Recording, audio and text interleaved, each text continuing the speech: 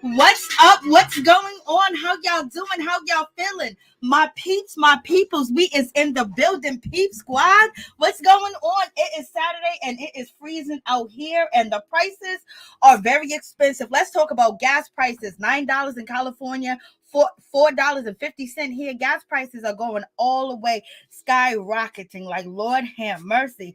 It's like as soon as you think you're going to get a break, baby, then they hit you with this going on. Now they're talking about wheat prices. Bread is going to be a commodity. All types of stuff. Like, what's going on? Like, yo. Y'all tell me what y'all think about the situation, because there's a whole lot going on. What's going on, LA? What's going on, Prosperity B? What's going on, Andrew Sims? How y'all doing? How y'all feeling tonight? Yes, gas prices are just up there. Like, there's a whole lot going on in this situation. It seems like it's going to keep going and keep going. You know, they're going to drain us dry. We still didn't get the student loan relief. We still didn't get all the things that we were supposed to get. Now we got a war going on. Like, what's good?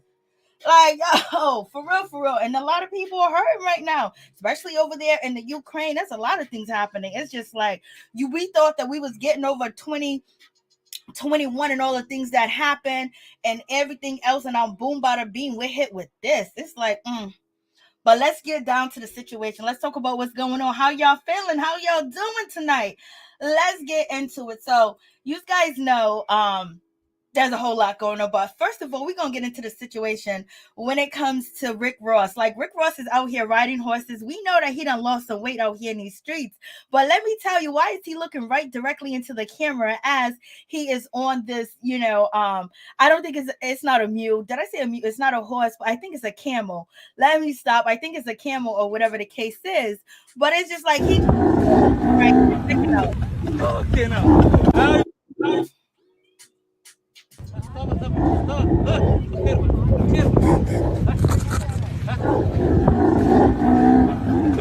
Okay, now. Yo, why is he just looking into the camera like what's going on, Rick Ross? Rick Ross like, I'm not gonna fall today. I'm not gonna fall right now. You got this on camera. I'm gonna hold on for dear life. Rick Ross is like, I'm holding on for dear life, y'all. He was not trying to fall off of that animal at all, point blank period. He was holding on, y'all. He was holding on. I was like, OMG. But in any event, he was not hurt. So that's a good situation. That was nice. But I'm like, yo, why are you looking into the camera like that? He did not want to, take no L at all. He was not taking no L with the cameras watching him. And let's check out Mr. Dennis McKinley. He got a lot of things going on. He's out here offering all types of services and things of that nature. Like, what's happening? But I thought this was funny. So you guys check this out.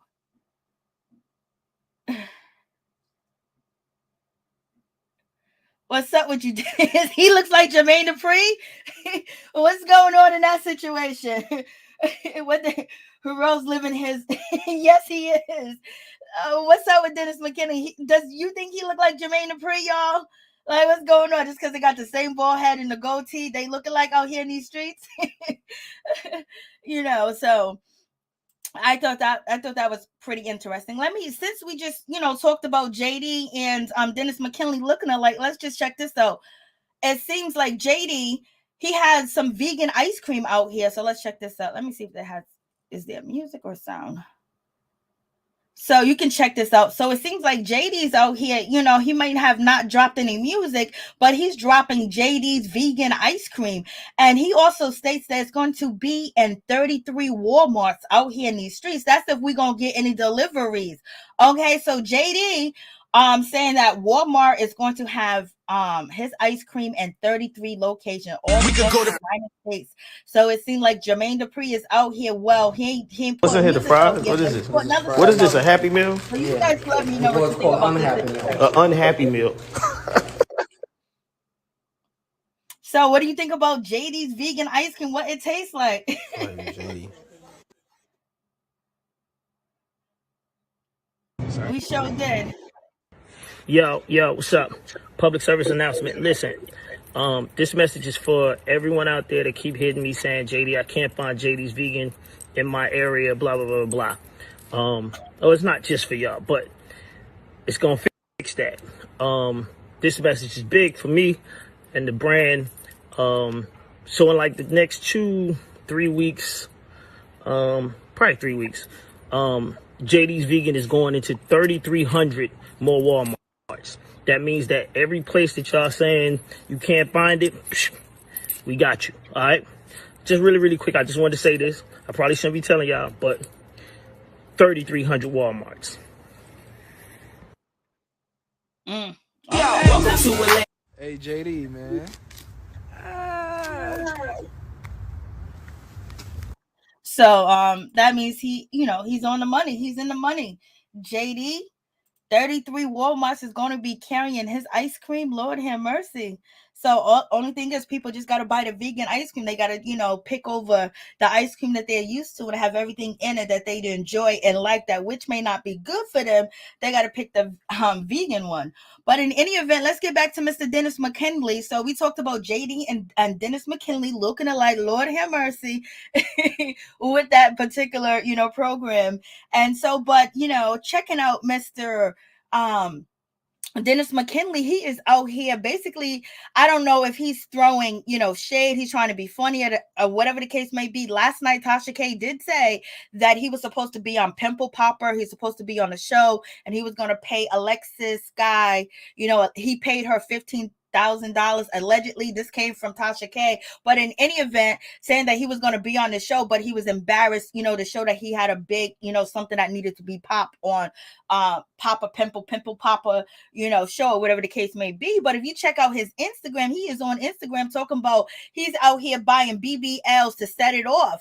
Like, tag your homegirl and tell her what she needs. So is he having a new show about surgery hooking girls up, or, is he kind of like throwing shade at Tasha K's story, or is she correct in saying that he was trying to, have a show out here in these streets and he paid Alexis Guy $15,000 allegedly? But in any event, he posted his Instagram, if you want a new body, baby, by tomorrow, cosmetic surgery and all this other good stuff. And you got people in the comments and you see the Glam University, that's Sabrina Peterson, I believe, the one that made the allegations against T.I. And so, she's up in the comment section as well, basically putting her 2 cents in it. The word out on the street is that her and Dennis McKinley like each other. I don't know if that's true. That's the word. It's allegedly. I don't know if it's true or not, but they're just saying that Sabrina Peterson and when it comes to Dennis McKinley, they might have, something in common, or they could just be cool and just be friends. They in Atlanta. So whatever the case is, she's up in the comment section, baby. And she's always in the comment sections. Okay. What's up, Ralph? How you doing? What's going on? What's up, Andrea Sims? How you doing? What's good with y'all? How you doing? Keeping up with Queen Tulsa. How you doing? What's going on? Prosperity B. It's good to see you, Andrea Sims. What's going on, girl? Happy Saturday.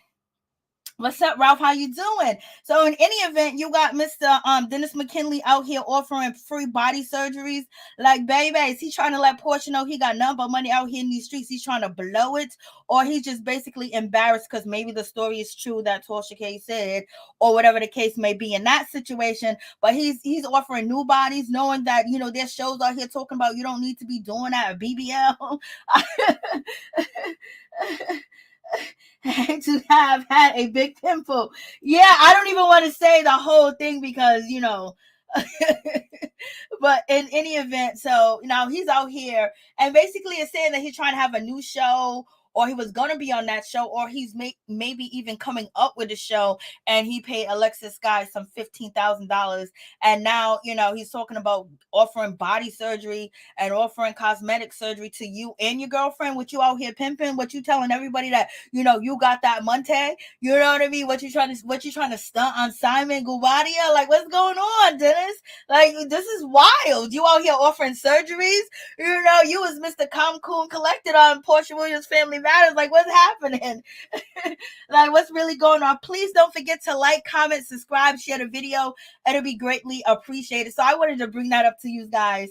And let's talk about Romeo Miller. You guys know he has a beautiful daughter. Like, somebody ends up having his baby. You know what I mean? So, and then, you know, and it is what it is. But, you know, he shows a picture of his daughter and this particular, you know, spot. But Romeo is staying busy. We know we don't see Romeo on Growing Up Hip Hop and things of that nature. He just recently had a baby with Drew. I think she's like an actress or whatever, Blazing the Third. But this is Romeo. Basically, he's going to be on Lifetime, and he's doing roles and things of that nature. And he said his daughter's going to have it all, baby. Let's check this out. Tell me what you think about this. Romeo, what happened, Romeo? I'm filming the new Freddy Krueger. Dang, I look oh man, I gotta go. I guess he's selling some sneakers too, or showing his sneakers. So he's staying busy, y'all. He's staying busy out here in these streets. You know, we don't see him doing a whole lot of different things, or we don't hear about it, but he's staying busy, and he's gonna be that good. Probably he's on vacation, looking all built, looking all out. He's out here basically. Good morning. Yeah, he's out here doing. He's out here handling his business. He's supposed to show his daughter, but I don't think it's clear enough. But he shows his little baby girl again. I was like, she's getting big. Okay. And Romeo's just handling his business. He's going to make a good husband, because I know he's going to get married. Because that goes the baby right there. That's the new picture of the baby he posted, his daughter. And basically, he said he's going to take care of his is going to have everything. And it should, because your father gave you everything too as well. So it's only likely that you got a good generation going on. But in any event, you guys let me know what you think about that. I was like, go ahead, Romeo, handle your business. His daughter's beautiful. And also, and this part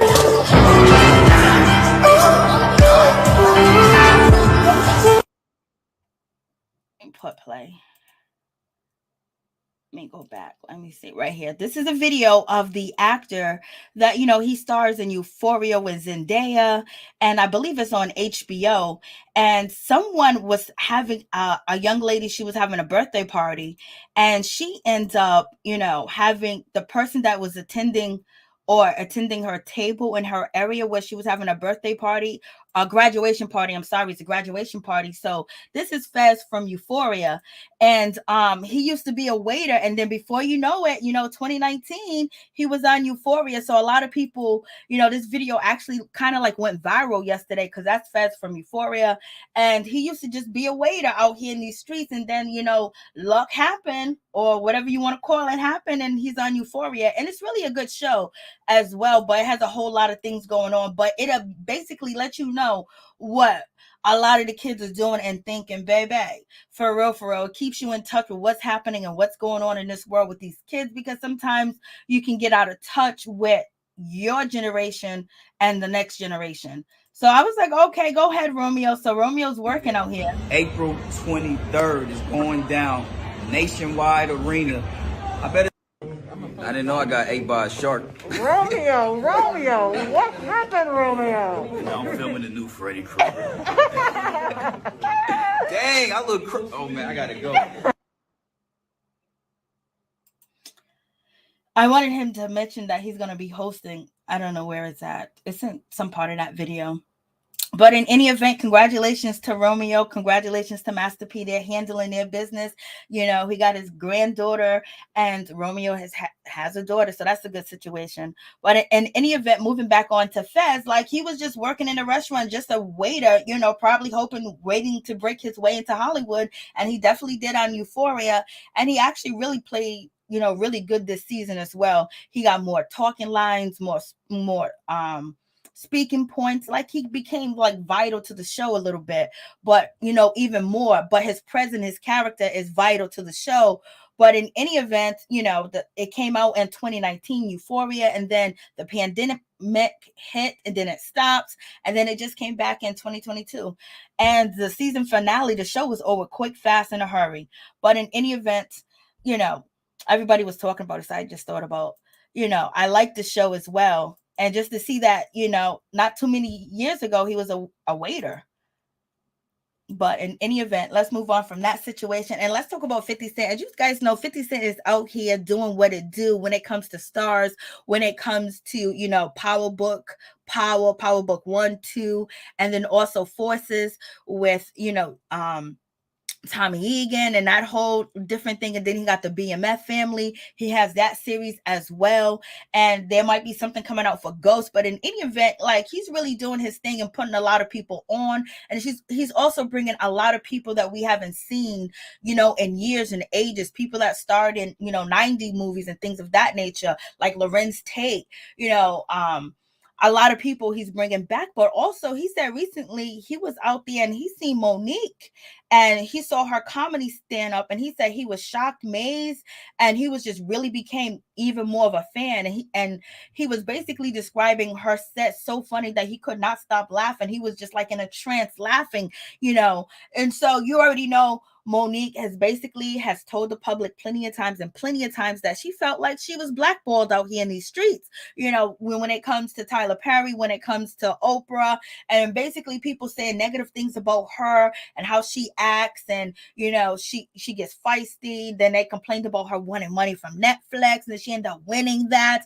But in any event, it might be a chance that 50 might bring her on Power or one of his shows that he already have going on. I actually create a show, and this is what people are saying that they're asking him to do as well, because they're saying Oprah Winfrey and Tyler Perry, Lee Daniels, and things of that nature. There was a lot of backlash going towards her, and that's why she really hasn't worked again. And plus she spoke up, and once you speak up, you take a chance of getting blacklisted or blackballed. You can add her situation on to Nene Leakes if you want to, but in any event, she might be coming back to TV, and it might be 50 that bring her, y'all. So what y'all think about that situation?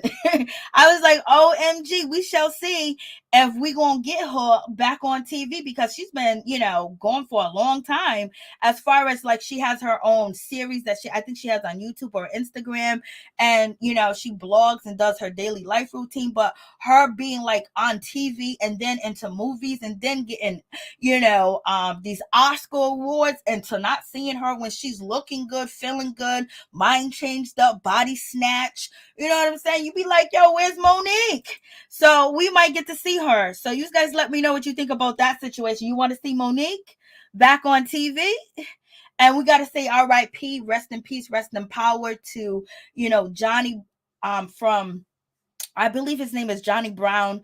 I didn't get a chance to ever really watch or get into Good Times, but I have seen some of the shows on, Nick at Night or whatever the case may be. But he was a legend in his time, and he did so many different things. And I read up on him, and it's just like, he lived a full life. We want to say rest in peace. We send our condolence, because, he's one of the legends. And last month was Black History Month. Him putting the work out back in the day, and the 70s, got this show popping, and it created opportunity for them, even though at that time it was way much more difficult for Black people to even break in. When you do break in, you're not getting paid what you're supposed to get paid. You're not getting this, you're not getting that. And then also you have to deal with a lot of different things as well, just because of, your race. So in any event, rest in peace, rest in power. He opened the doors.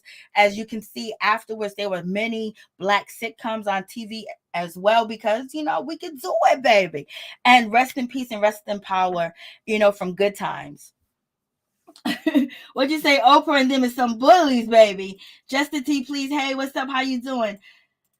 Hey, honey, I salute Mary Jane. Much respect to you. Oh, thank you so much. So in any event, rest in peace, rest in power. And, it's always sad, but, I believe he passed on at the age of 89. And his daughter actually posted to social media, and that's how the story got spread. But it didn't really say how he died, but he was 89 years old. And he went on to do a lot of different things as well. But at the same time, a lot of things went down back in the 70s. you know what I'm saying, in the 60s, especially for Black actors to get in. Like, you know, you really had to do what it do, baby. But in any event, rest in peace. Let's move on to Lotto, Big Lotto. Let's talk about this situation. So, you know, I'm not Atlanta. And so she says, she put a song out and everyone said, "Oh, you dissing, you know, people that represented Atlanta, like the rappers and things of that nature." And I think she got, you know, it from. And so you basically, people are saying, when she said in the song, Ciara's not Atlanta, and it was a joke, and Ciara took it as a joke too as well. Some people said, "Oh, look, she's coming for this person, she's coming for that person, blah, and the third." But I guess the song is just, you know, her joking. But when you say someone's not Atlanta, not Atlanta, and they always claim it Atlanta, they might feel a certain type of way. But when it comes down to a situation, Ciara's not mad about the situation. She feels like it's a joke. She feels like it ain't a big deal. And we got Omeretta. You know, she's the one that first came out with the song and then basically is bouncing, is getting generating, is getting some play. She recently was on Love and Hip Hop. You know what I mean? She got it going on. You know, she handles her business, and that song, "I'm Not Atlanta," got everybody speaking, got everybody talking about it, got debates going on and everything, y'all. From T.I to everybody else, like, "Oh, I'm Gwen Cano, not Atlanta." Like, you know, I was like, go ahead, girl. And that's what she needed for that takeoff. But she's actually seems like she's really a good person, and she's different. Like, she doesn't, you know, show everything. You know, she just really selling her music. You know, she don't want you to be looking at her body saying she this and that. She's always covered up. She's always dressed like, you know what I mean? Like, everything is covered up. Like, sometimes, you know, sometimes she could be sexy and show a little bit more, but she do have a relationship. I believe, you know, her partner has been in jail for like, and he got a lot of years to serve, or whatever the case may be. But, you know, she's doing her thing, and it seems like she's coming up and she's getting that shot. And, you know, Ciara, she posted a video, and basically she's walking to the song "Not Atlanta," especially when a part Big Lotto says Ciara's not Atlanta. And Big Lotto also says that when it comes to Outkast, they saved Atlanta. So in any event, Ciara, you know, she posted to her Instagram, and she's just walking, listening to the song to let people know that she ain't worried about it. It's all good. And Ciara is showing them legs, girl. She, look at her. She just walking like, okay. And she's listening to the song. So, you know, she ain't taking it a certain type of way. But in any event, she's letting you know, I am Atlanta at the end of the day. But you guys tell me what you think about that situation. I thought that was like, okay, whatever the case may be, what's going on with that situation. But it seems like it's all good. And moving on from that, let's just talk about Miss Ciara. So Ciara and Russell Russell Wilson. I don't even know why I'm talking about Westbrook, but Russell Williams, you know, he really wants, you know, another baby. He wants another baby. OMG. And he basically asked Ciara if she can have another baby for him because he wants another baby. And Ciara said yes.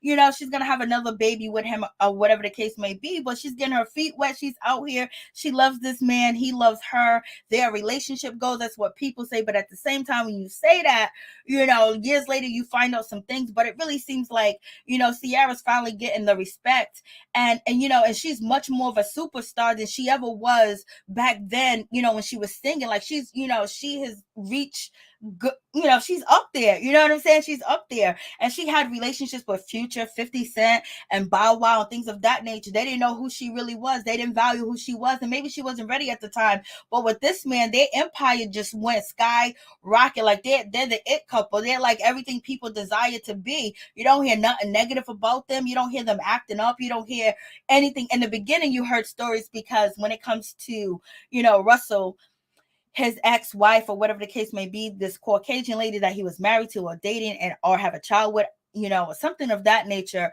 you know, that story was hidden, and she was saying, "Oh, look at my ring, it's fake," and things of that nature. But it just, you know, and when it comes to Future, the things with Future going back and forth, and Russell actually like being, you know, saying he's like Future's father, little Future's father, you know what I mean? The son that she has with Future.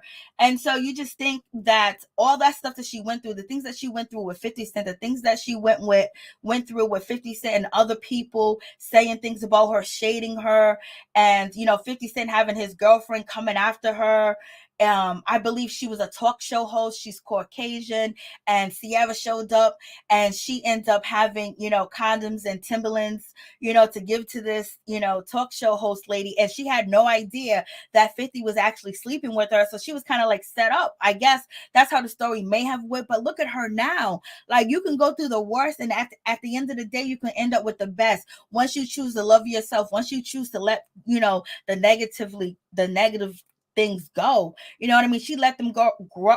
She just let them she just got rid of them. She wasn't dealing with that. It's just like she picked up her head and she just kept walking and just kept going like, nah, this ain't gonna happen. I ain't gonna be, crying. I ain't gonna be down. I'm not gonna be running after them and chasing after them, no matter how Future embarrassed her. She was getting served on stage, all types of stuff, everything, just all. But look at her now. It's just like, she's having a book come out, and it's basically to help young kids to know that they can be anything. They can be anything that they want to be. So it's like, go ahead, Ciara. And when it comes to, Russell, he basically asked her to have, another baby. And she said yes. And basically, she posted on her Instagram saying, we will have more babies, baby. So that's a good situation. So she's saying, yes, she's going to do it. When she was over there on the Ellen show and hosting, he came through. A lot of people watch. I don't know if you guys still watch, the Ellen show, because there was so many things that came out about that situation. But it just seemed like, God then shined the light. She shined the light on herself, and she really has a good relationship. Imagine if she was still with Future. Imagine she was still going back and forth with Future and all that other stuff, going back and forth with 50s. Like, she moved on and she ain't never looked back.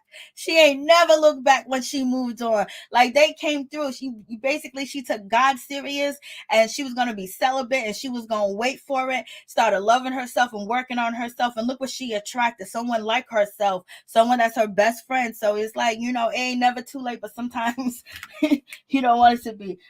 Russell Williams and Ciara has something to look up to. That's what people say. They're the it couple, in any event. And so congratulations on that situation when it comes to, wanting to have another baby. A lot of people think that she's already pregnant. And also in the same situation, they have a book coming out as well. They have a children's book, and it's called Why Not You? Basically inspiring children to think that they could be whatever they want to do. And that could be a storybook for your kids, so. And it's going to sell. And Russell spending $1 million on his body to make sure that he stays in shape, to make sure everything is all good, and blase and a third. As far as like LeBron James, he does the same thing. He spends $1 million on his recovery because they play sports.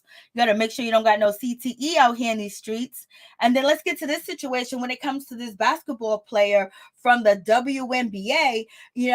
She's detained in Russia, and basically because she had a vape on her, and the vape has some remnants of, something, maybe marijuana or whatever the case may be.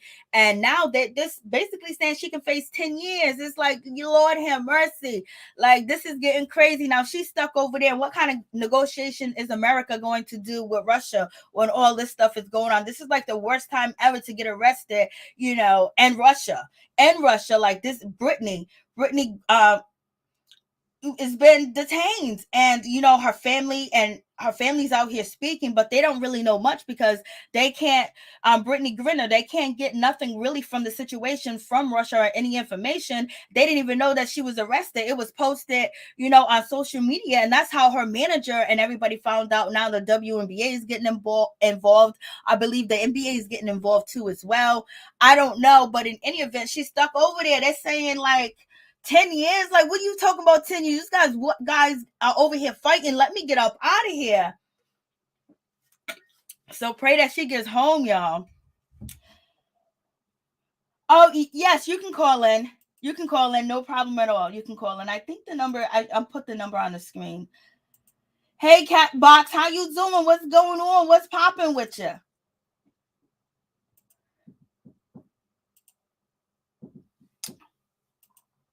So I'm going to put the number on the screen, and you guys let me know if you can see it. And yes, you can call in.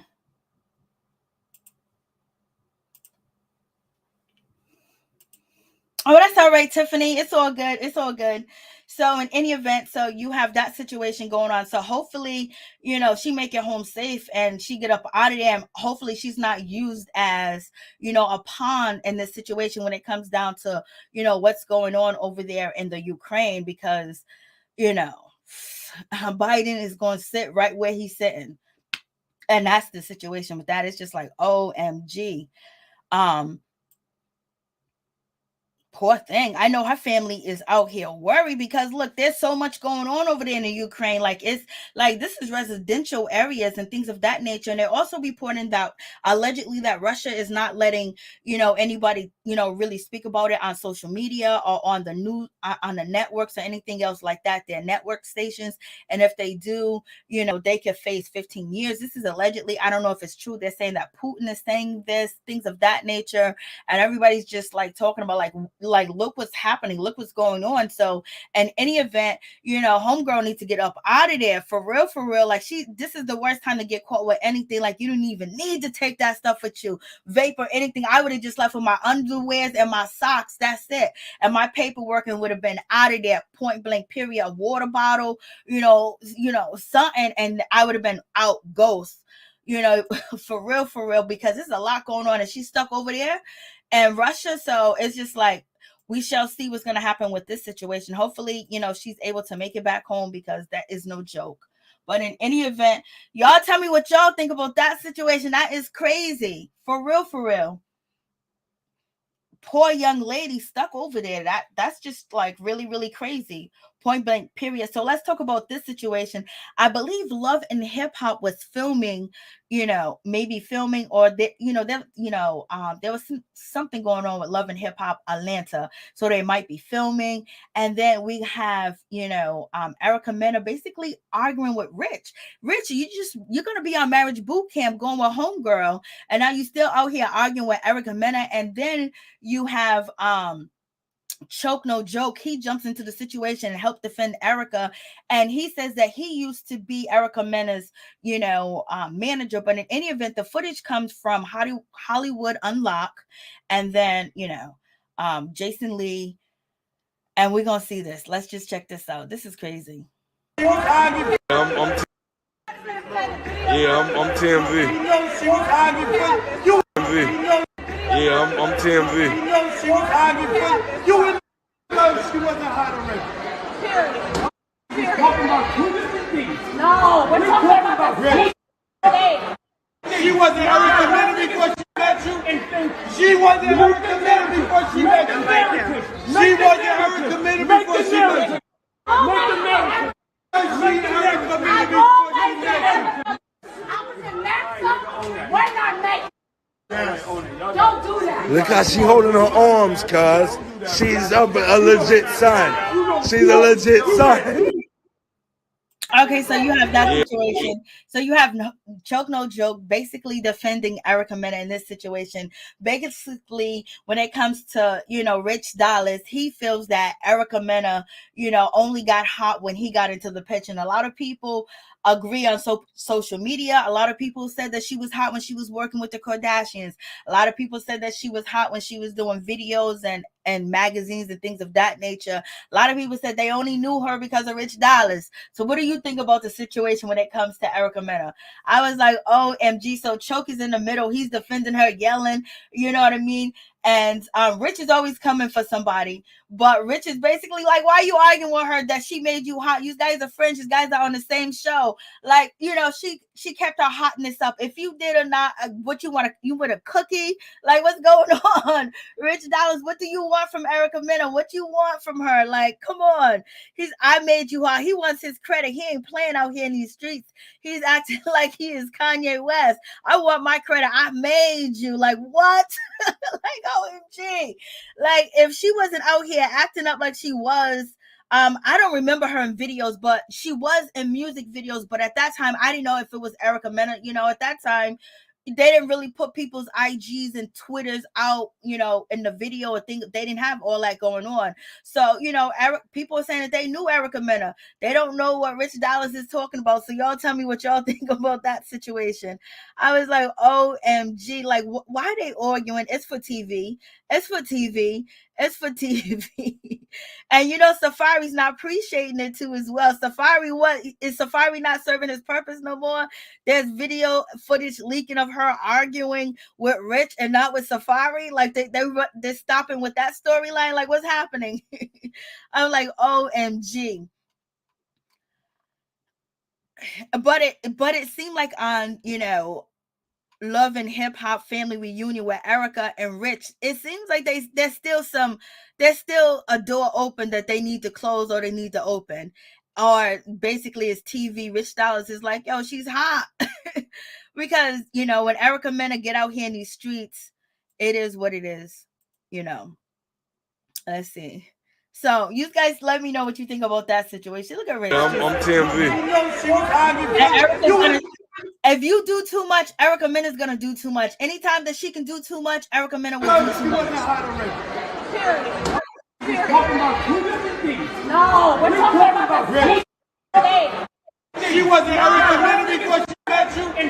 She wasn't Erica Mena before she met you. She wasn't Erica Mena before she met you. Make the man. I was in Mexico. We're not making. Don't do that. Look how she holding her arms, cuz. She's a legit son. She's a legit son. So as you can see, maybe you're going to get a good season. Or maybe that's all they had to give us. But in any event, with Rich Dollars and Erica Mena, they're going back to their old plan, how they used to be popping on that show and acting a fool on that show. So we shall see. But in any event, let's get to this situation. Let's talk about Giselle and Robin. Giselle and Robin be out here doing the most. And basically the way that they talked about, James Harding, the way that they disrespected this man, the way that they laughed about it and joked about it, like, OMG. So basically you go back to the season and you think about how they was acting and you say, like, when things were questionable, you can say, oh no, it wasn't questionable. I believe that's actually a situation that probably could have happened. So we shall see how interesting Real Housewives of Potomac is going to be on the new season, because now you got all this stuff coming out and they're about to start, filming, and they all got their peach. So everybody's going to return. I'm glad everybody's returning. I'm glad that Mia's returning as well. And also when it comes to, Candace, I'm glad she's returning, because you have to try to build something with these ladies, because you already have Monique Samuels leave. And so therefore it's kind of important to really have, a solid cast, like not keep swapping out people. So choose a cast, pick the cast, and let's just go with it. So in any event, there's a lot of reasons why people want this one going, that one going, or whatever the case is, for this reason, for that reason. But Giselle and Robin was doing too much out here in these streets, doing way too much. So let's check this out. Way too much. But do the Sixers really know that's James Harden? Because no one can see his face. Because that beard is the most disgusting thing I've ever seen. The other day, I was like, who is this dude? Oh, this is Harden. But how would you know? That beard is like down to his knees. There's fried chicken in the beard. It's so bad. I'm so used to it, I don't even notice it anymore. But like that beard look is gone. Are we done with that? I don't think so. Listen, his is Clearly horrible. not. Yeah. He clearly loves his beard. He does. I want it to be gone. I just hope it's sanitary. Anytime I see them, I automatically know and feel in my gut that there's fried chicken in their beards. Fried chicken, grease, watermelon. There's some Coke 45 in there. Oh, watermelon. I'm being real racist. Okay, this is horrible. Let me just stop on my head. Coke 45. James Harden. I bet some blood. Definitely some blood. It's some blood. Some ashes. The whole thing smells like weed. I know it does. Okay, I don't even know if he smokes weed. But we're really sorry. Harden, cut the thing off. James Harden. Yes. So y'all hear that? Like, that is like, OMG. People call you guys the green eye bandit. People, basically, close the black eye to, close a blind eye, closed an eye to the situation. When people would, like Wendy Osefo, she even responded to the situation. She felt a certain type of way. She was just like, she was with her looking eyes. And Wendy basically said that she felt like, she heard from the grapevine that people didn't like her aesthetics, but they tried to say that was Karen, and it might all the way be Giselle and not all the way B, but you know, B, that situation with Robin and Giselle, that Wendy is actually saying that, you know, how they came after her because of her body and her look. So it basically looked like they were, you know, chastising her and hazing her, because look how they're hazing, you know, James Harden, like OMG, you would think that they wouldn't be doing too much. Oh yes, they are doing, you know, way too much in the situation. Like they really clowning, you know, James Harden and saying all them things about him, and basically a stereotype of you can't even wear a beard out here in these streets. And you believe that Giselle should definitely know better in what she's doing, because, and Robin should know better too as well, that, you know, your husband used to play in the league, you be around these people, you got 2 sons. Do you want people to make fun of your sons using, you know, stereotypes and things that people may think and say about us because they assume the worst because of whatever was shown to them? That's what they believe about us, and we all the same, and we don't, you know, we all have the same opinion, we all think the same way. You know, if you see one of us, you got to lock the car door, oh, you got to cross the street, you got to hold your pocketbook, like you so it just really seems like, you know, when you don't like these ladies, it could be the same reason why you shading him down and thinking that you better than them. You know, basically, like, she's better. Like, girl, do you know what you've been through on TV? Do you know that you have embarrassed yourself for years and years, especially when it comes to Jamal Bryant and the things of that nature? And you got the nerve to make fun of somebody. You got the nerve to make these jokes and just say these things, you know what I mean, about somebody that's your own kind, and then say it publicly, and then be on your hit or whatever radio station reasonably shady and say these things about this man. Your husband, your former husband had a goatee. Like, it just makes it seem like Giselle and Robin, OMG, y'all.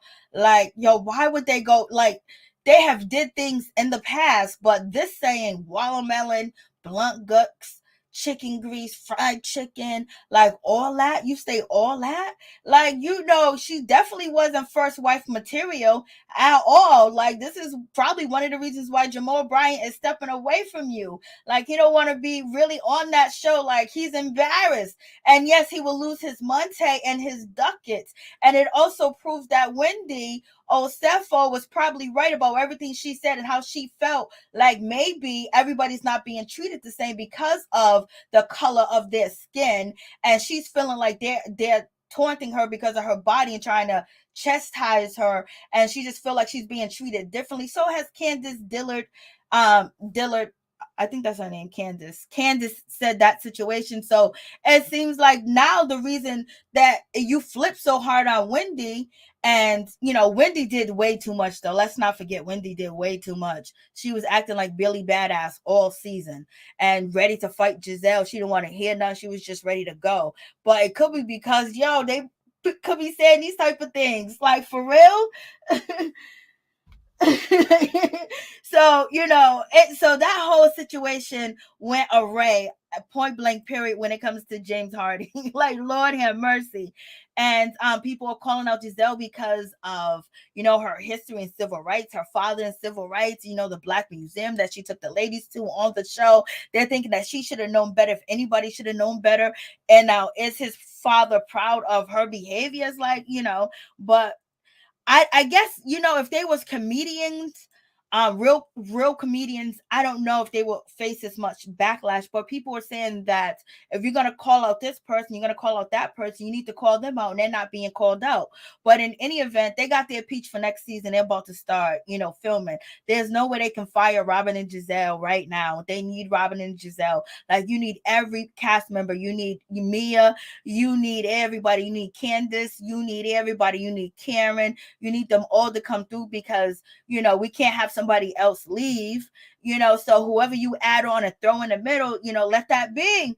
But I don't know what they're going to do. You think Bravo's going to really address the situation? You think they're really going to say anything about the situation since it came from women of color? Or you don't think it's a big deal at all? But if she was a real comedian that had years, and where people take offense to it, but people are already saying they had suspect behavior and being named the Green Eye Bandit and things of that nature, you know, and then Ashley getting favoritism as far as she don't get as much slack as Candace, but Candace's mouth is ruthless and reckless, and she's good at it, and she can get whatever reaction she want out of you when she starts to read, and also she can be annoying as well. So what y'all think about Robin and Giselle saying this about James Harden? I'm like, OMG. I don't like Giselle and Robin Dixon. Lord have mercy. I can keep him in.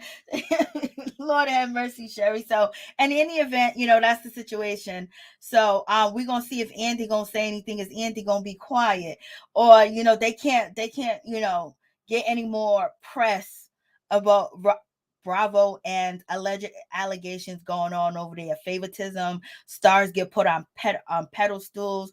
Other people don't have to abide by certain rules and things of that nature. So, Bravo just wants to just let this go. Let's see if they're going to let this go. James Harden, he hasn't responded to the situation. He may have laughed or he may have felt, offended about the situation. But in any event, yes, they got down and dirty. They was not playing. We didn't even know Giselle could speak or talk like that. She don't even be that funny on the show. She don't even be reading like that on the show. She be all lost and, acting like she don't know what's going on. Oh, you said something about me? Oh, I don't know. But she's out here reading this man like it ain't nobody's business. Like, what's really going on? So you guys let me know. They filed for that, Georgia. They really played that man. I mean, but I don't know. By now he has heard it. You know what I'm saying? So did they do it for attention? It just looked like it came right off the cuff. Like it wasn't even practice. Like that's something that she be thinking and believe, and she may see when she see other people that look or like him. So I'm just like, okay. The shadiness. But in any event, let's get into this situation. Let's talk about T.I. T.I is on the situation because T.I is out here responding, to Mr. Kodak Black, because Kodak Black really had some things to say about T.I. And I don't know if you're going to really understand what he has to say, but Kodak Black is about to speak on this situation. And he's basically calling T.I and Big Boy out, saying that they almost got him. They tried to get him fired from the label and take money out of his mouth. And he was basically, did a freestyle on the Breakfast Club to, call out T.I. So let's check this out. At the moment, I say Black Lives Matter. What's up? I'm up. Didn't nobody care when I was going through my. And Trump free more than Obama did. If I had the chance, I'd let that boy again. Stupid. Don't want to sit down with a man. So how you finna execute your plan, dummy? Trying to play me out my money. Made a general statement. I was speaking in third person. They tried to twist me, snatching out food from a table. Big Boy and T.I tried to get me kicked up off the label. That I'm saying. You said T.I tried to get you. Hold on, wait a minute. There's a lot in there, though. You said, all right. At the moment, I say Black Lives Matter. What's up? I'm up. Didn't nobody care when I was going through my. And Trump free more than Obama did. If I had the chance, I'd let that boy again. Stupid. Don't want to sit down with a man. So how you finna execute your plan, dummy? Trying to play me out. Okay, so that's Kodak Black saying all that. You know what I mean? So he's basically calling out T.I, saying he needs to sit down with the man. How you gonna execute your plan? And he basically calling him a dumb dude or whatever the case. And if he can vote for Donald Trump again, he'll vote for Donald Trump again, or whatever the case may be. So that's what Kodak Black said on the interview on the Breakfast Club with Charlamagne Tha God and Angela Yee and DJ Envy. And so here is Mr. T.I himself responding. Yep. Top of the top, man. Still mourning where I'm at, man. Happened to scroll down, man, and see young brother Kodak kicking a freestyle on the Breakfast Club. Mentioned my name. Said something about me and Big Boy tried to get him kicked off a label.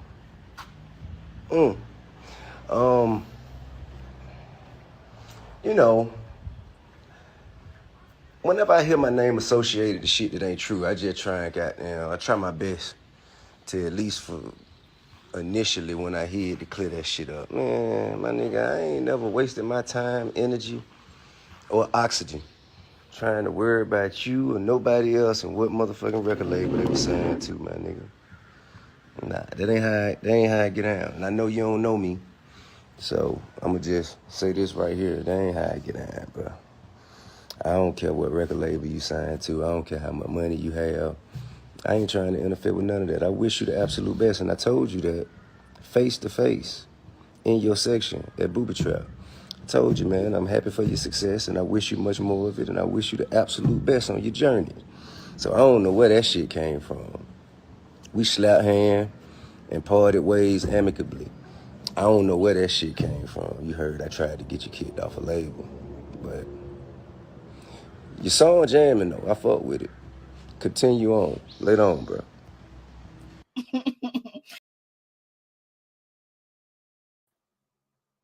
That's your boy T.I. You know, he had to respond to the situation, but Kodak Black felt a certain type of way because I never see him really do a freestyle like that. Usually people ask him or he says no and things of that nature, but he really just got up on there and started freestyling about T.I. and Big Boy. I was like, he's mad. He's mad. To me, it made me think that maybe he's a little bit sober some way I could kind of get the gist of what he's saying. So, you know what I mean? It is what it is, but it is you know, and I see you, Miss T. Miss T is just basically making fun of T.I.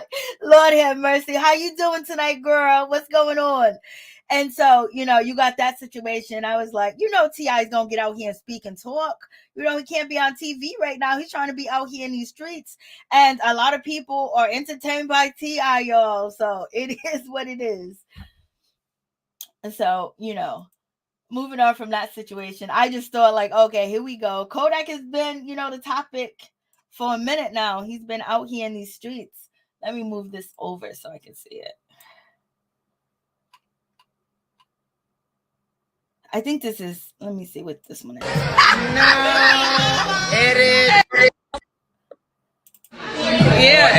You guys know Kandi show is going to premiere tomorrow. Kandi and the gang will be reviewing the show, but let's check this out. You know, she posted to Instagram with one of, you know, the castmates, and basically Kandi is showing you she's making people's lives good. She's out here making sure that her cast that's going to be on her show going to get a job or somewhere, promote them, and it's just totally different from how Portia promoted her family and her show. Like, Portia left with embarrassment, and Kandi's out here shading, and she's gonna be shady. So check Kandi out being shady to one of her cast members that we will be talking about tomorrow. Check it out. You tried to be shady with me before we start this show. Yeah, you tried to be shady with me before we start this show. No.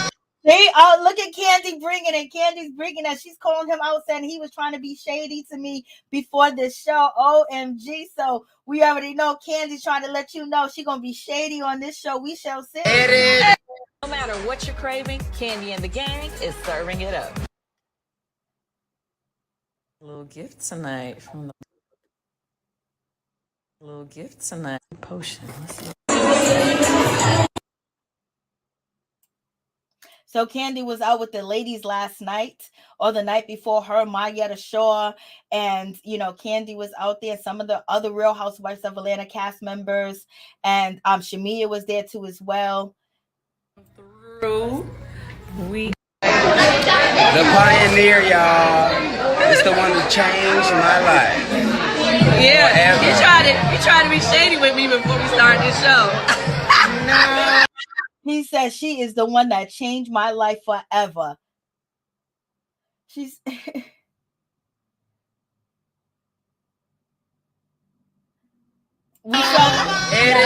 the one who changed my life. Yeah. Well, you already know Kandi Burruss is in there when it comes to production and producers. She'll get a show on. She'll get a spinoff going on.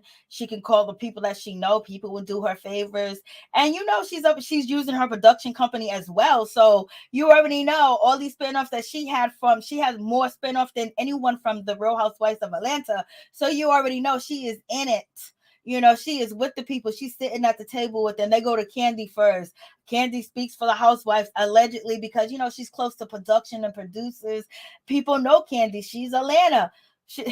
She's Atlanta. So let's, you know, and look at him saying that she changed my life. And also Kandi Burruss being on the Shy as well. Like she goes live on Instagram with, you know, the castmates from, you know, the Shy, and she does a review with them, you know, putting them out there to her audience, her people. And she got millions of followers on Instagram. So this young man says she changed my life.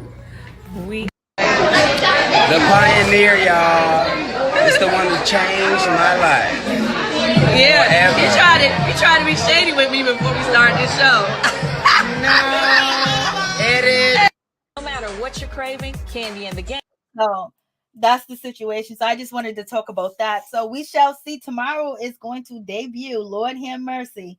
Yes, Kandi's out here getting that bag. She's getting that big bag. She's getting that twice bag.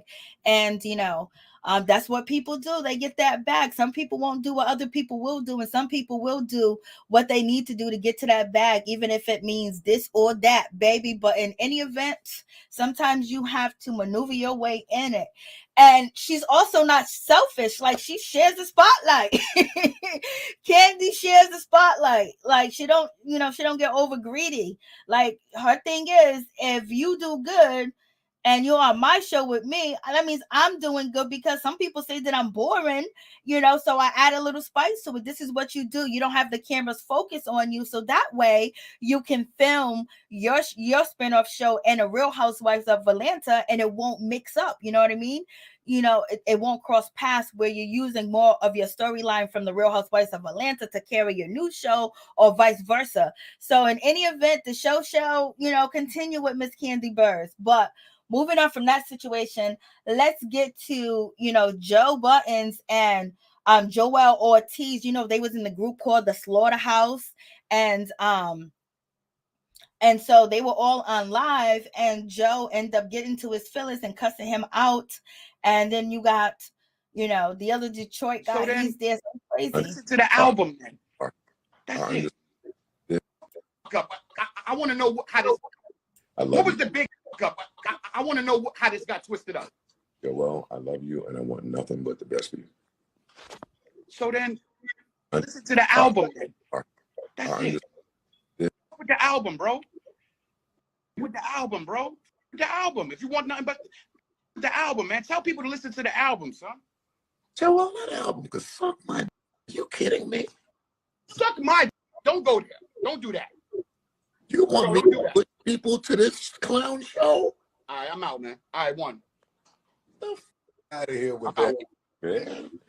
So, you know, yo, Joe, that little comment right there, you're going to wish you retracted that one. I'm out. One. Goodbye. I can't want the best for him. If I want the best for him, I have to support it.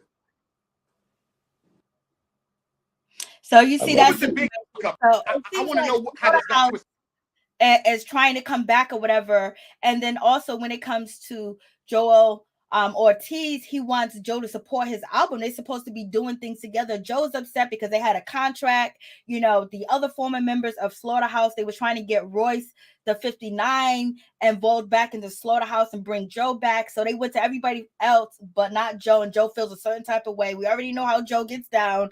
So he was on live. The Shade Room caught the situation. So he's arguing. Royce is just sitting there, just listening and watching, because he knew it wasn't going to work. Because a lot of people want Slaughterhouse.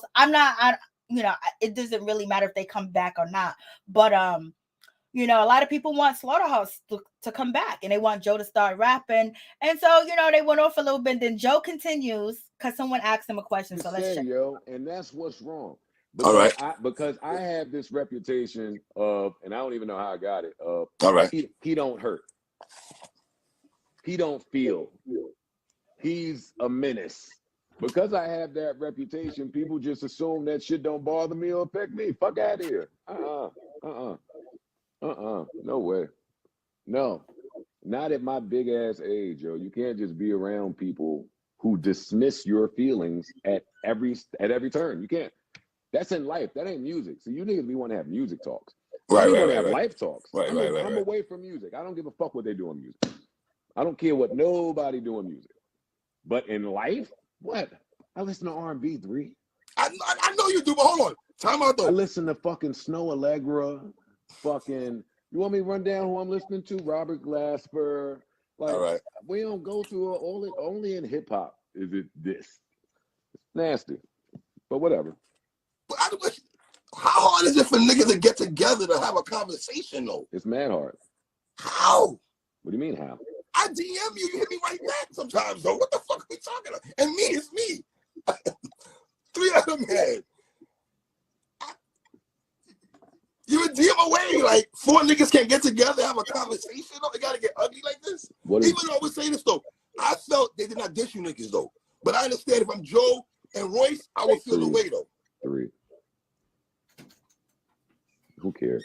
Who if they diss niggas, if they didn't diss niggas, who cares? Like I don't even care. I want everybody to do what's best for them. And somehow when I say that, I'm a bad guy. But you can't say I'm better than niggas though, Joe. You said that to Joe. That was kind of like an uppercut though. I'm better than, you know what I'm saying? Like,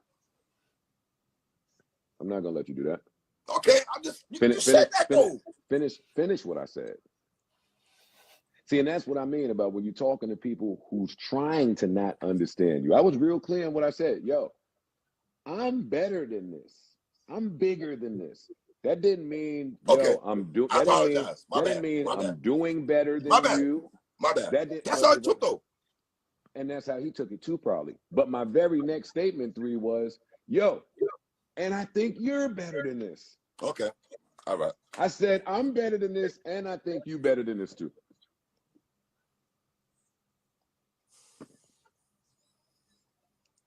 Now what you got? Listen, I love all you niggas.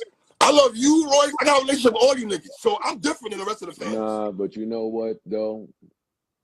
Love is a pull-up. It's a friendly pull-up. Love is holding somebody accountable. Right. Love it's supposed to come with like trust and respect and communication. It's supposed to, you can't just throw around, I love. Like, to be blindsided that way from people that you care about is hurtful. I know that for just rap fans that just want music and just rap, them niggas is rapping, they keeping the spirit. I know that's cool, but niggas is humans, yo. Niggas is humans. I'm not thinking in rap terms. We are better than this, yo. There's nobody that I spent that amount of time with, that intimately, that I would treat that way. All right, I know you don't want to put it out there, but what part do you feel you played? I played. If you could leak out a little information, though. I played all the parts, yo. There's nothing to leak out. I played all of the parts. I did it. I'm saying I did it. I know what I did. This is what's consistent, yo. When I don't like the situation, I'm out. I'll try to exhaust shit so we could get it done and figure it out. But if we can't, I'm not forcing nobody to make a decision with me. I'm going to make the decision for me. And when I didn't want nothing to do with Shady Records, everybody else did. That's tough. That's in 2012. Right. So it seems like Joe's taking this personal because he's basically saying when Slaughterhouse basically stayed with Shady Records and he walked away from them, that, he thought that they was going to follow. So now you ask Joe to do this and you're going to bring a contract to Joe. Joe is basically saying, nah, y'all did me wrong. You know what I'm saying? Y'all left me hanging. So Joe said, I'll support you as a friend, Joell Ortiz, but as far as promoting your shit, I guess he's saying he ain't gonna promote it because he's feeling a certain type of way. So Joe is in his feelings as well. So let's continue. What'd you say, Ralph? Hey, what's up, Monique? How you doing? What's up, Cat Box?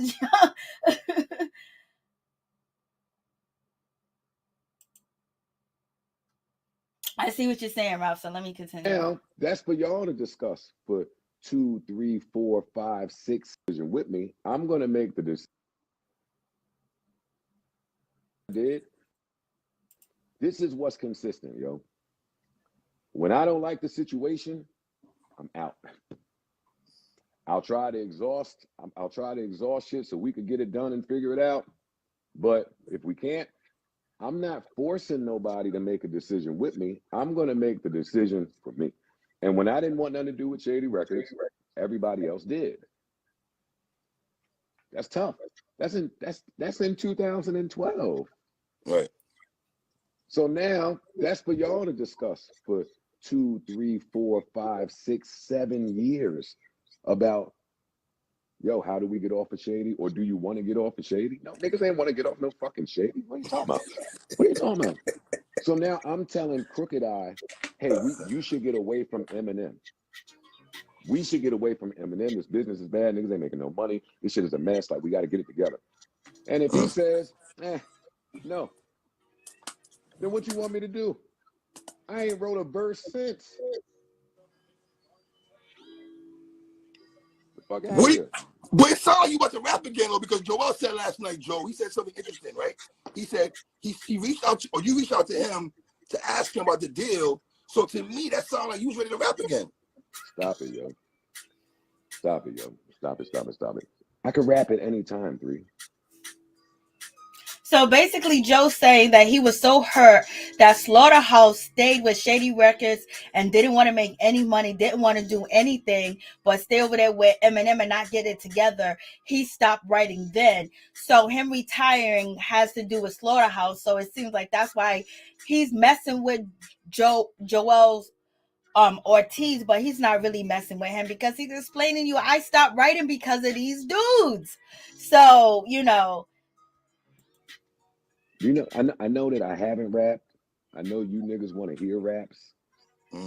But do you know that even retired, I can rap anytime I want. So if I've been silent for 7 years, my last album, 2016, somewhere around there, 6 years. And now I'm going to come back and rap. You think I'm going to do it when the business ain't right? So Joe said he hasn't rapped in 7 years. You think he's gonna come rapping when the business is not right?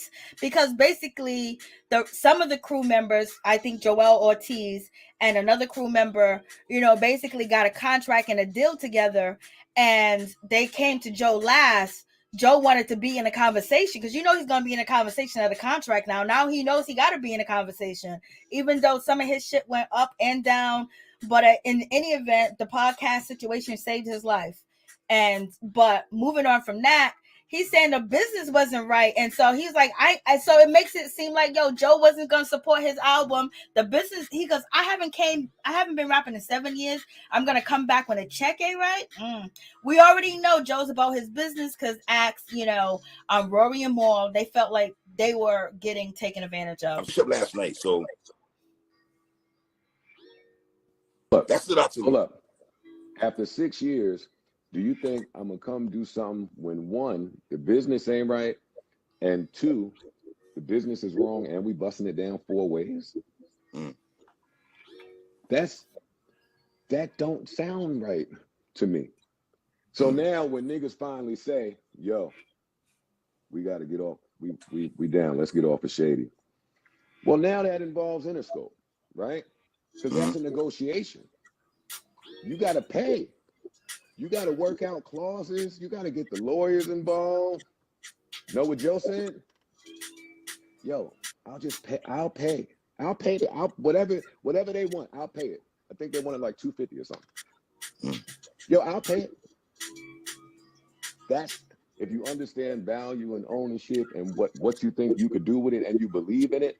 I always get killed for believing in shit. I believed in me and the old boys on the pod. I believed in this, but I believe in it too much. Long game. So we finally get off. We get off. No more Interscope, no more Shady. Great. You own it. It's yours. 100% of it. That was the time to celebrate.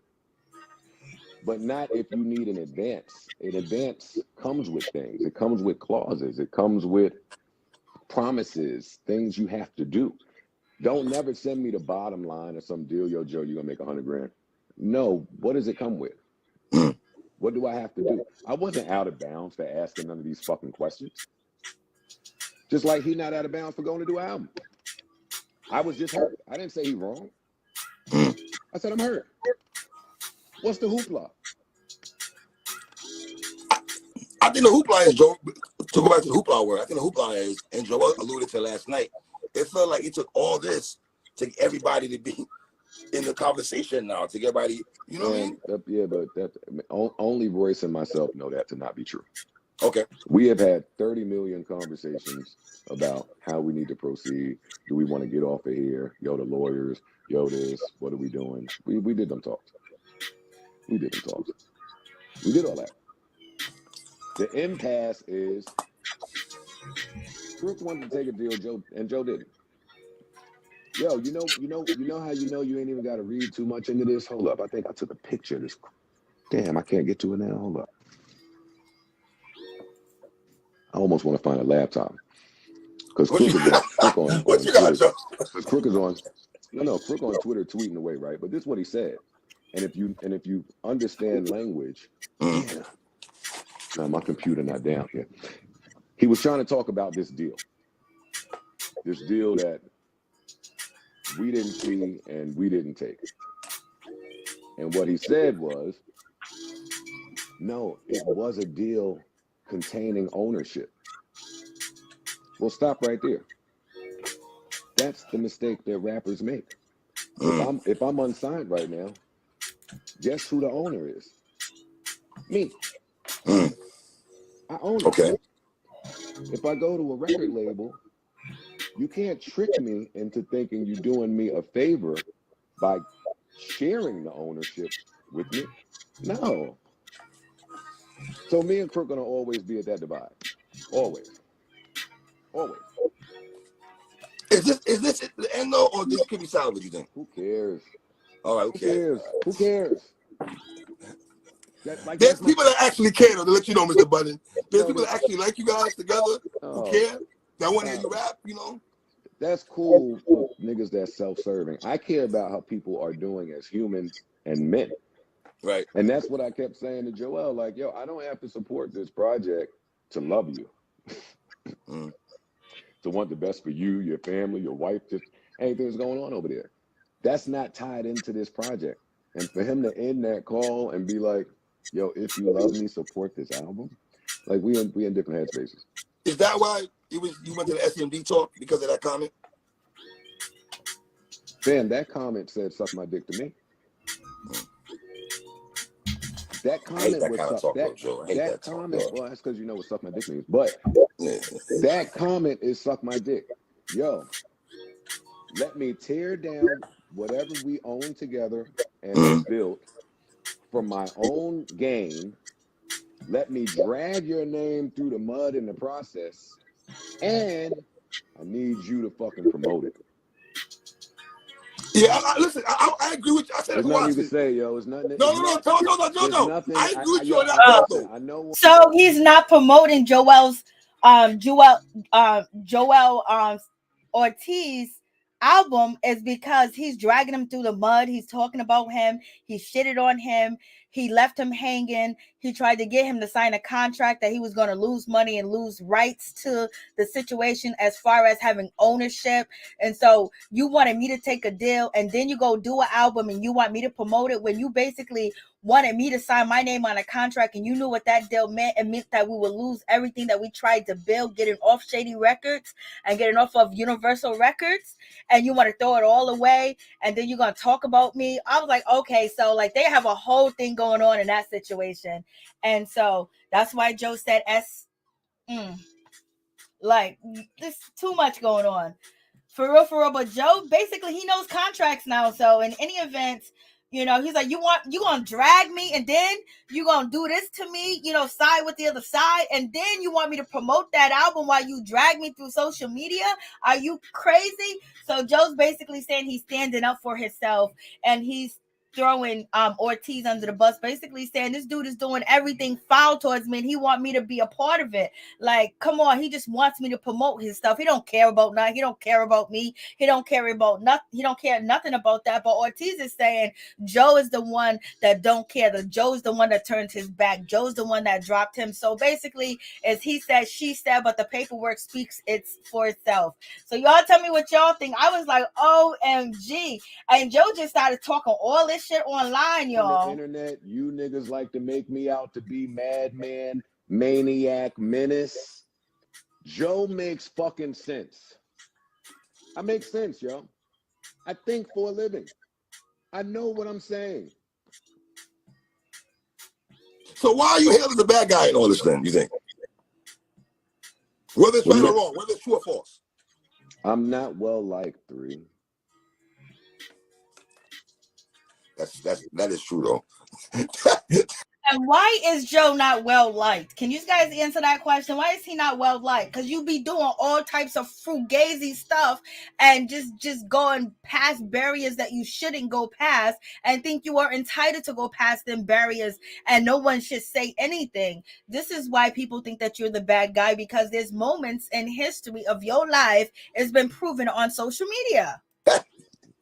Ask me when in my career I appeared to want to be well liked. You didn't give a fuck about that's that. That's not why I'm here, yo. I'm not here to be well liked. I do know that the internet is a game of favorites. Like, and Crook and Joel have been quiet for a while, so whatever they say is just gonna seem like, hey, and they corralling the fans. Hey, we're doing it for the fans, the fans. See, I don't like. That's not cool. That's not cool. When you do that right there, that right there, that's not cool. I ain't. We're 40-year-old men, Joe. Come on. When you do that, though, it's like... When I do what? You know, it's a little shot right there. What is a shot? What does that mean? They've been this for a while. What does that mean? No, low. Meaning, Joel said it last night. He said, yo, I have said the least in however many years. He said it on that Talk Twitter space. He keeps saying it. So that's what I mean. It's not a shot. He's kept a low profile. Yeah. He hasn't offered his opinion on this stuff throughout the years. So now, when you do it, it appears like, all right, that got to be what happened. Well, okay. Oh man, are you gonna listen to the project? I don't know. Can you might surprise Joe with you? I'm pretty sure everybody's gonna say that. We never know with you. Ask me something else, man. Okay, I'm just asking a question, man. Ask me something else. Ask me something else, 3. Has Royce been a divided contest? He said he ain't gonna even listen to the album. Lord have mercy. This is crazy. Has Royce been a common denominator in the sense of he's had to play the middle with everybody? I really just feel bad for Royce. I do. Me too. I feel bad. You know why though? And Royce is getting killed too, but Royce stands on integrity, yo. He don't talk it, he just do it. Like he does the right thing. Right. Or he tries to do the right thing at all times. So for him to get painted with this brush when he ain't really, what did he do besides get us from E1 to Shady? Fucking, like, what did, I need to figure out where Royce and myself have caused so much hurt. Well, for me as a fan, I think people look at it this way. Royce and M's relationship, right? And then you and M had a fallout. Was Royce caught in the middle because he's been cool with M, came into the game with M if you want to go in that bag, but he has a good relationship with you also, a brother with you also. He's a good man. Right. And I'm not saying that somebody's not a good man, but I can personally speak to Royce just showing up for everybody. He just shows up for everybody. Good dude. Good dude. Great dude. He's a great dude. And I didn't tell him to suck my dick. I said the album. Okay. Yeah, y'all know. So he didn't say suck my D. He said suck the album. No niggas gonna try. I agree with you on that though. You can't tell me. Even though Joe, have you listened to both songs though? Because if you listen to it, there's not really no shots. It's almost like when Beanie had a song as Jay-Z. It's a real record, not a diss record. Who gets to determine that? Who gets to decide? The person who the art. Oh yeah. You got your truth. Truth the truth. Stop, no pun intended. Stop. I don't think that the artist gets to determine the level of disrespect. I don't think it goes like that. And I'm not saying that I was disrespected. I'm not saying I was dissed. I said what I said, which was I was hurt. Real simple. So you gonna rap again? It sounds like you're gonna rap again. I want to go back there. That's all you care about. That's all you care about. I keep saying my heart and my soul and my spirit. Roy said you're gonna go to heaven. You're gonna go to Detroit and record before cooking up or some shit like that. So I hear shit like that. I'm like, word? That's what we doing? I love you, Joe. I think you know what it is about you, and that's why I'm hanging up after this. This is what it is about you, but this is kind of why I fuck with you. You just a rap enthusiast. All you really care about at the end of the day is niggas rapping. I'm like Kevin Durant. I like basketball. All I care about is hoops. All that extra shit. Okay, so you got that situation. So Crooked I and Ortiz and Joe are not getting along. Joe feels hurt. He feels disrespected.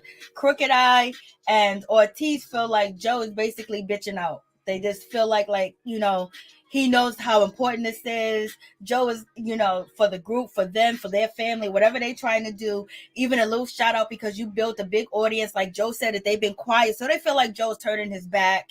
And Joe basically, wants to have a bigger piece of the pie because he's the big name right now. He's the big name with everything, but maybe not so big. But if this was last year, if this was the year before, if this was 2020, it would be crazy because Joe was in the podcast world. This was a little bit of 2021. Joe has built a big empire, which some people say he hasn't shared it fairly with Rory and Mal. But now for him to get into a contract with Crooked I, Slaughterhouse, and Ortiz, and he basically saying that y'all want ownership, and he said, I own myself if I'm not signed to nobody, so ownership is me. So why should I share ownership with somebody else? And for you to even come at me with this deal so you can get signed, the record label wants to take a part of the piece of what I have built and what I have had, and y'all just want me to just say okay to it. Then you're gonna diss me, or if you don't diss me, it's just disrespectful. I'm just hurt. So you got that whole situation going down. Y'all tell me what you think about this situation. So Slaughterhouse, it is what it is. Like, oh man, like So we shall see what's going to happen in that situation, but it really seems like Joe is not going to be signing no contract. He's not going to be doing none of that.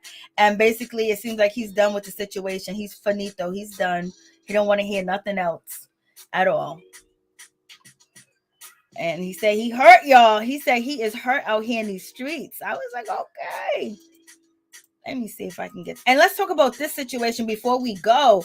We talked about a whole lot going on. We got ice cream coming out. We got people having babies. We got rappers out here doing the most. We got this war going on. We got a whole lot happening.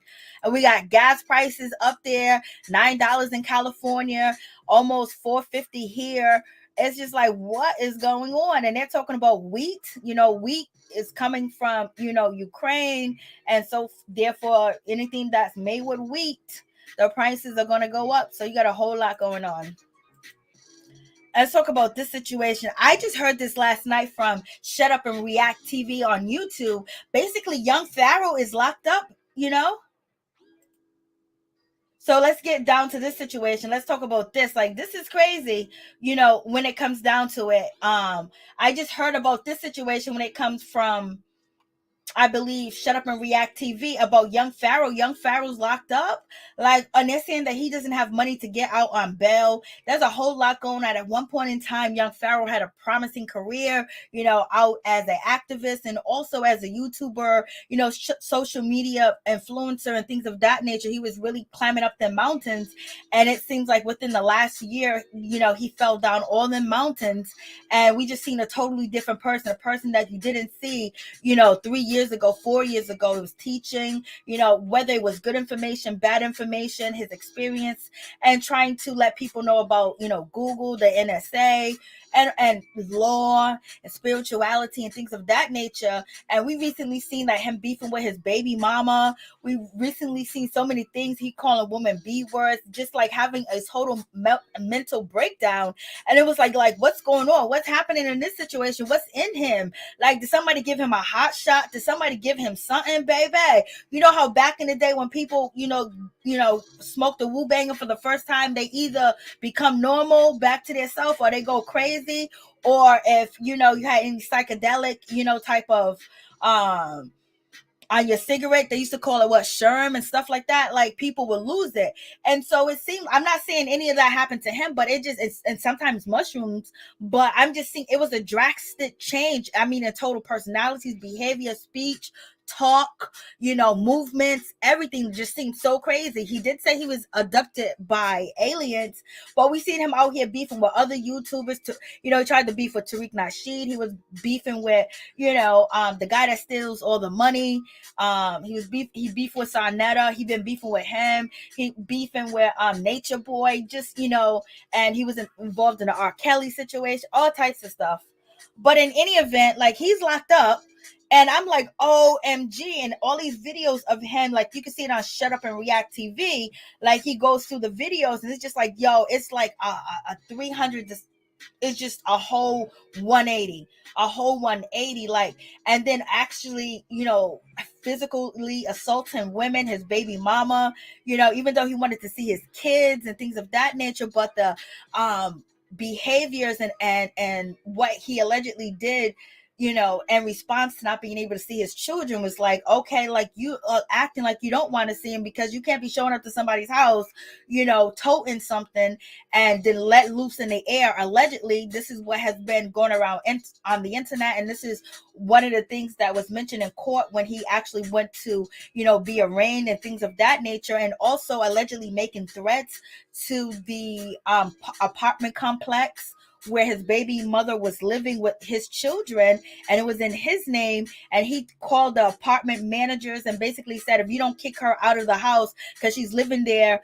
and it's on my name, I'm gonna come and allegedly put holes in the place, and they said that in court, that he's been charged with that. He's being charged with assaulting his baby mother, breaking an iPhone, punching her, kicking her, all types of stuff. Like, you didn't see this 4 years ago. What happened? Like, him getting off of house arrest, home confinement, or parole, probation. He moved to Texas, and it's just like total change. Everything just went downhill. I don't know, y'all, but in any event, they're saying that he's not able to get out of jail, and he doesn't have a lawyer. He doesn't have any money. I don't know what happened in this situation, but it seems like something drastic had to happen for someone speaking at Black University. Community, leaders are asking him to speak. He's speaking at colleges, and he's being quoted at different places. But he did have a wild behavior as far as he'll get mad, and like cuss you out, but it would never look like it was going to be physical. And all we've seen in the last year is just physical aggressive behavior. It was aggressive a little bit when he was coming after, other guys in a, conscious community. But it wasn't. He was on home confinement. He was on parole. He was in the house. He couldn't leave, or whatever the case may be. But in any event, like, does y'all know about young Pharaoh? What y'all think about this situation? Young Pharaoh turning to a young mommy.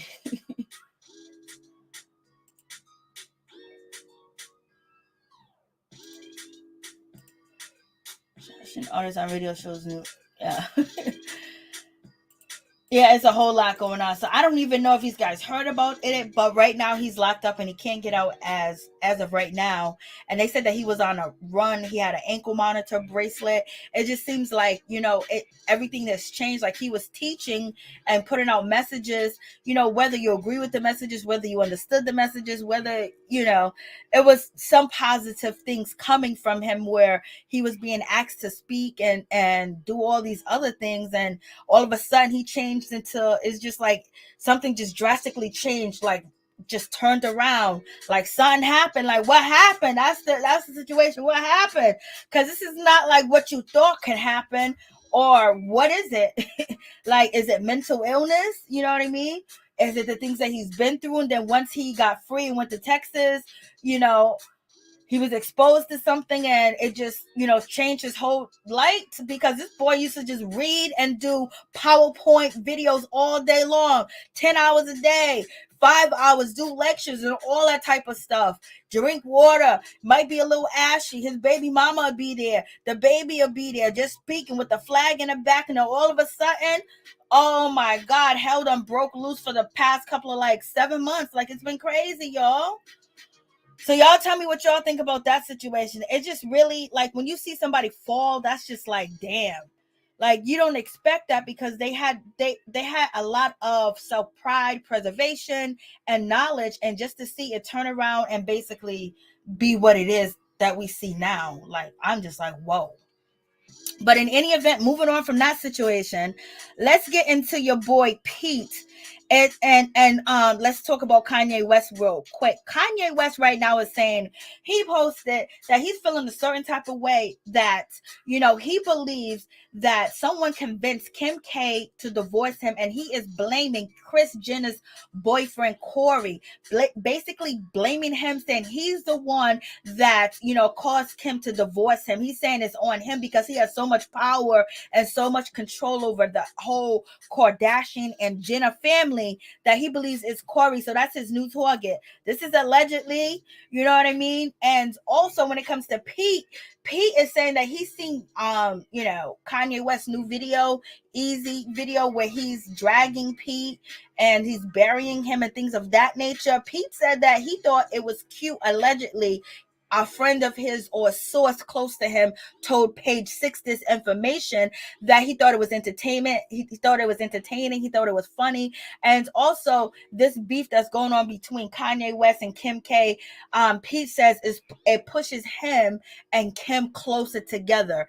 And basically he's laughing at everything. He thinks it's hilarious. Then why is he deleting his Instagram? Why is Kim out here saying stop people? Because Kim is basically saying Kanye West fans, he's showing a hate towards Pete, is basically going to make somebody go attack Pete. Is she concerned, or was that Pete concerned? And then they've been running around with mad security. So I find it funny that Pete's friend is saying that, he finds this hysterical, because Kanye West was saying a whole bunch about you, baby. For real. He was dragging you every single day, sometimes 4 or 5 times a day. But in any event, Kanye West is blaming Corey. You know, there was a story like maybe almost a month ago about Corey basically being with some TikTok model, some Instagram model, and she was recording him. You really couldn't see his face or whatever. And Kanye West co-signed the story and reposted on his Instagram. And then everybody started to believe the situation. Kris Jenner didn't say anything about it, whether Corey was out here dipping and dapping or whether he wasn't. But now it seems like Kanye West is coming back towards Corey. You know, after he posted that he may have cheated on Kris Jenner, he's saying he's the one that convinced Kim K to actually divorce him. So Kanye West is feeling a certain type of way. He's upset about the situation. They're saying it's a wild theory, and they're saying this is coming from Kanye West and, you know, what he's posting. But at the same time, you already know the Kardashians and the Jenners got the blogs on lock. Whatever story they want to get out is going to get out. Same thing with Kanye West. Kanye West is just using his own personal social media to get everything out, and it's getting out and it's hitting everywhere it needs to hit, you know, and he don't really got to do that much effort. Just be out and get the Shade Room and every other blog and every other person that's in social media to talk about it. And is reaching the people that he want to reach. So, you know, he's really battling with Kim. And a lot of people coming out saying that Kanye West is doing too much to Kim. He needs to back off. Like, they feel like he's bullying her. And some people feel like he's just hurt. So what y'all think about the situation? It ain't going to stop, y'all. It's going to keep going. As long as Kim is with this man, Pete, it's going to keep going and keep going. As long as Kanye West is running around with a Kim K lookalike, this situation is still going to be hitting the fan, y'all. What's up, Ralph? Mental breakdown, perhaps. Yeah, in the conscious community, they definitely do. Anyone serious with tattoos on their face? Oh my goodness, Ralph. Ooh wee. Young mommy. So, you know, basically, you know, that's the situation right now, as far as, you know, Kanye West is not happy with the situation of being divorced.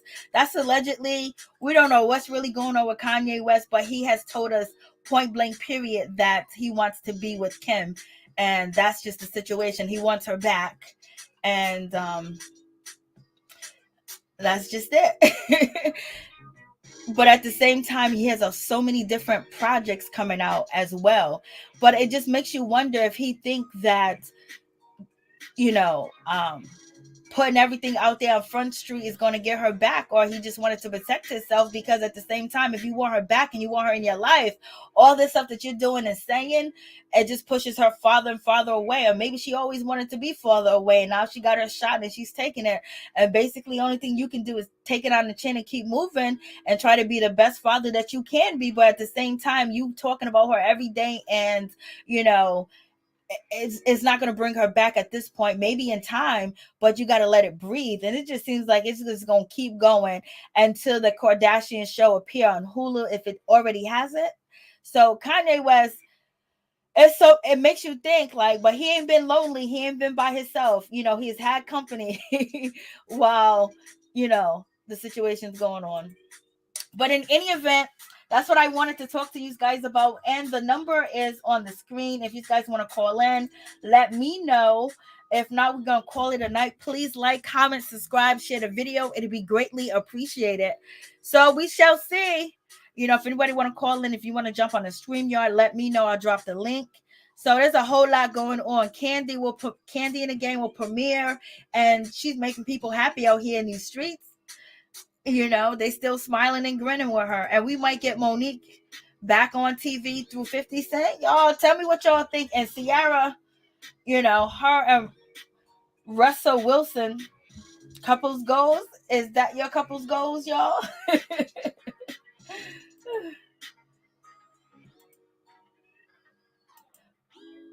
So that's basically it. I'm going to call it a night because we've been up here for an hour and 35 minutes. Thank you guys for coming through. I appreciate each and every one of y'all. Please like, comment, subscribe, share the video. It'll be greatly appreciated. I shall see you tomorrow. I always thought something was strange with Corey to get with someone that... Oh, Lord have mercy.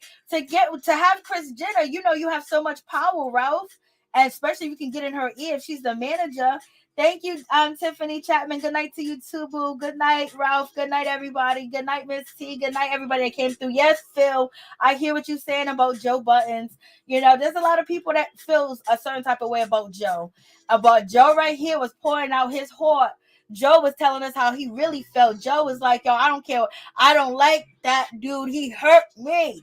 Joe is not playing with. Good night, Cat Box. Good night, Just a Tea, please.